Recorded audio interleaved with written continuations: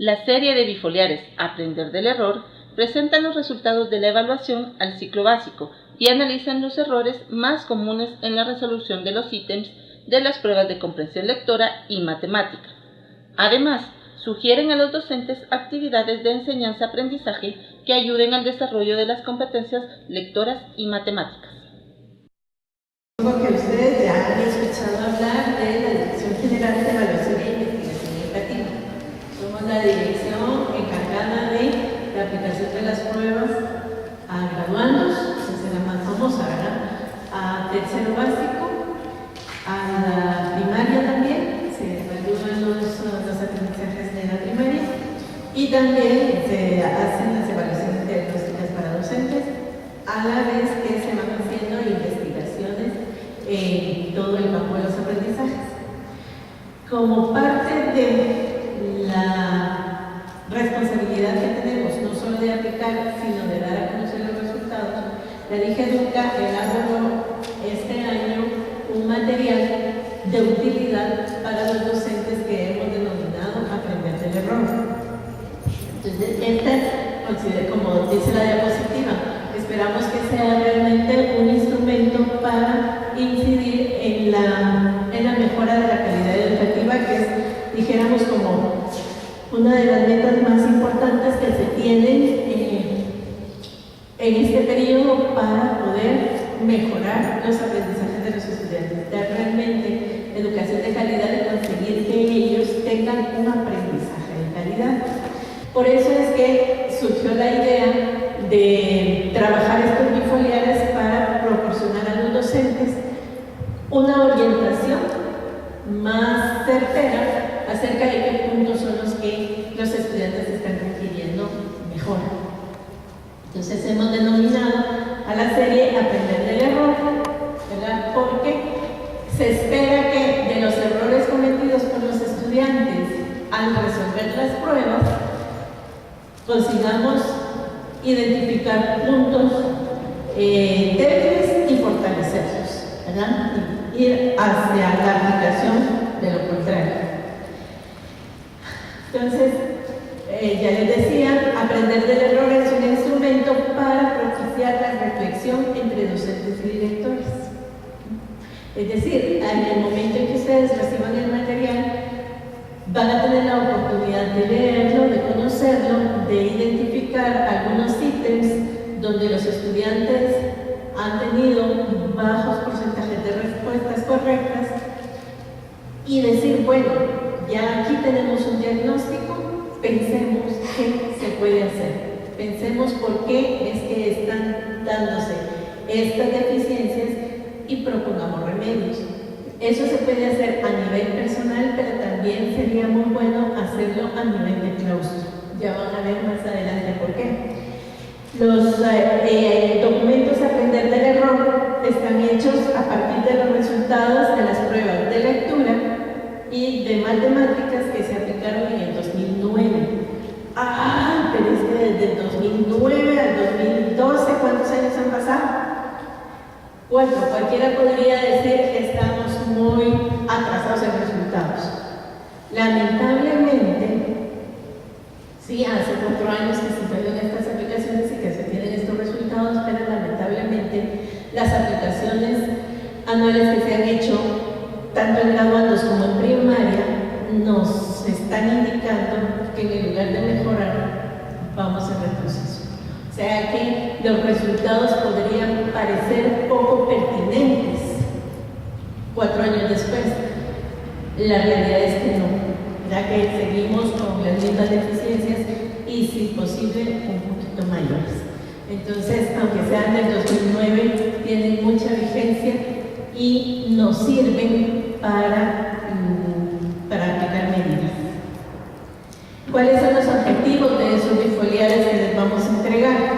El primero es analizar los errores más comunes que los estudiantes cometen en el momento de resolver los ítems que vienen en las pruebas, pero a la vez sugerirles algunas actividades que pueden ser útiles y que pueden implementarse en el aula para mejorar.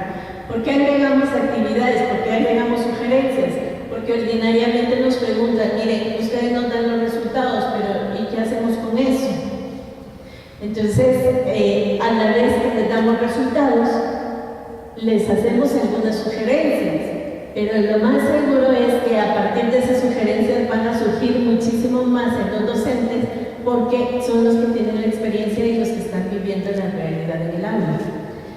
Para nosotros entonces es simplemente como un detonante, estas actividades como un detonante para que los docentes se les ocurran 20.000 cosas más, que seguramente serán más eficaces por eso que les decía, porque están viviendo la realidad. ¿En qué áreas se trabajaron estos bifoliares? ¿De qué áreas vamos a informar? Pues ya les decía antes, del área curricular de comunicación y lenguaje en el componente de comprensión lectora. Se trabajaron entonces 7 bifoliares para el área de comunicación y lenguaje en comprensión lectora. Elegimos 7 temas, en los cuales 3 son estrategias para desarrollar la comprensión lectora y los otros 4 son habilidades para leer de forma comprensiva. En vocabulario, claves de contexto y antónimos. O sea, cómo usan los estudiantes a la hora de leer claves de contexto y antónimos y predicciones como estrategias. Estos son temas que se evalúan en las pruebas. Y luego, como habilidades, identificación del propósito del autor, identificación de idea principal, distinción entre hechos y opiniones y las conclusiones. Ahí tenemos 7 temas que cada bifoliar va desarrollando. Luego, en el área curricular de matemáticas, en matemáticas, en esta prueba del 2009 se han evaluado contenidos, pero son los contenidos que sirven de recurso para desarrollar habilidades y competencias matemáticas. Son 8 bifoliares del área de matemática y cubre los temas que ahí tienen. En álgebra, fracciones algebraicas y ecuaciones. En geometría, áreas y perímetros, semejanzas de triángulo. Y además, jerarquía de operaciones, exponentes, números racionales y resolución de problemas. Resolución de problemas no está planteado como un contenido, sino como una destreza. ¿Verdad? Y es, dijéramos, como la parte más importante en todo el tema de matemáticas. ¿Por qué? Porque el CNB nos está planteando el aprendizaje de matemáticas dentro de un contexto problematizado. Es decir, no podemos enseñar, y ellos es difícil que aprendan, contenidos matemáticos aislados, ¿verdad? Se necesita que estén contextualizados dentro de un problema para que les encuentren significado a esos aprendizajes matemáticos. ¿Cuál es la estructura de los bifoliares? Son 15 bifoliares y todos tienen la misma estructura. ¿Cuál es esa? Se presenta una teoría acerca del tema que trata cada bifoliar. Luego se hace el análisis del ítem. Aquí van a tener ustedes la oportunidad de ver cómo está construido cada uno de los ítems de las pruebas y cómo esos ítems, a la vez que nos permiten evaluar cómo están los aprendizajes, también a la hora de hacer el análisis van a permitir la planificación de actividades que vayan a desarrollar habilidades, no que vayan a facilitar la resolución de la prueba, porque estos bifoliares no están hechos para que al estudiante se le facilite resolver la prueba, sino que están hechos para que el docente tenga idea de cómo mejorar el proceso de enseñanza para que los estudiantes aprendan mejor. Claro, si han aprendido y han desarrollado habilidades, van a poder resolver cualquier prueba que les pongan enfrente. Luego, el tercer apartado es análisis del error. Se presenta el ítem y se formulan los posibles errores que los estudiantes cometieron al resolver aquel ítem.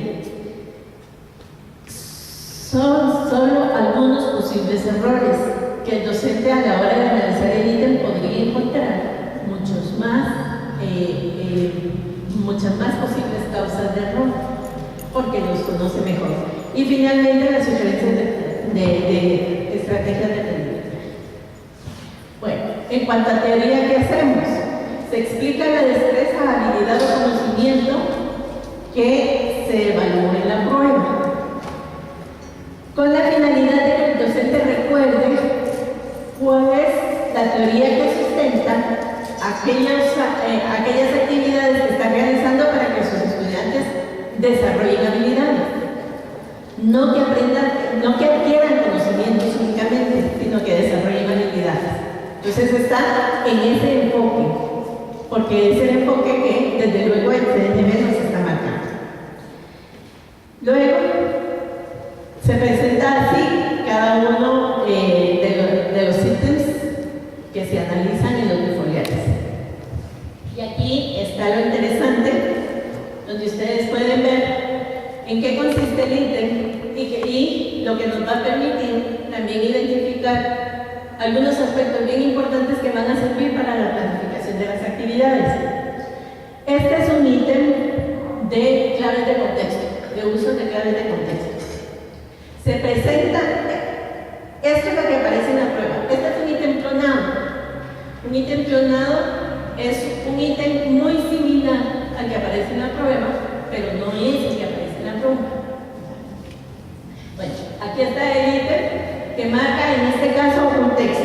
Le presenta al estudiante un texto, le hace una pregunta y le da 4 opciones para que seleccione la correcta. Y en este recuadro, en esta tabla, aparece la descripción del ítem. Es decir, cómo está construido el ítem, qué mide y qué es lo que nos va a indicar si está bien o no el estudiante. Luego, si se fijan aquí, espero que ustedes se alcancen a leer. El componente, aquí se describe el componente del área curricular. En este caso, comunicaciones y lenguaje.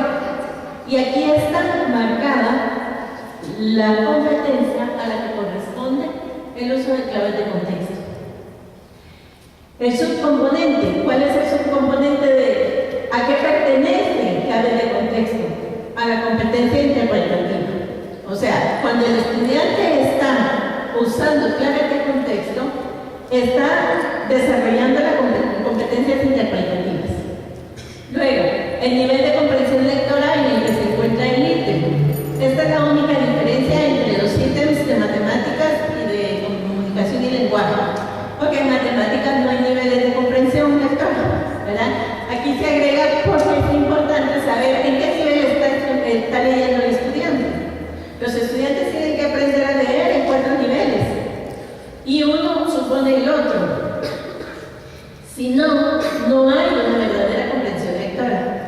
El nivel más bajito o el elemental, por no darle un calificativo que pueda parecer peyorativo, el nivel elemental de lectura es el nivel literario.